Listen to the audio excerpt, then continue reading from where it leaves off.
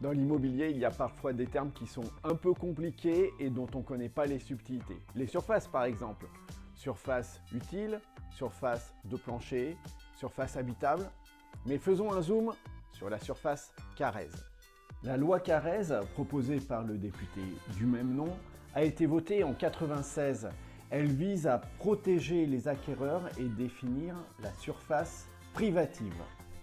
Elle est applicable à tous les biens qui sont en copropriété. Alors bien sûr, vous allez penser aux appartements, mais aussi les locaux commerciaux.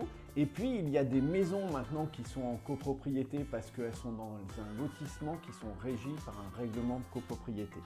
Cette surface Carrez détermine la surface de plancher où on peut se tenir quasi debout, c'est-à-dire à 1,80 m. Il faudra déduire la surface des murs, des cloisons, des marches, de la cage d'escalier. Saviez-vous que vous n'êtes pas obligé de faire appel à un professionnel pour déterminer la surface Carrez de votre habitation? Mais par contre, elle est opposable. Ça veut dire que si vous vendez votre maison avec une certaine surface et que vous avez fait une erreur de 5% dans la mesure, votre acquéreur peut revenir vous voir et ça engage votre responsabilité.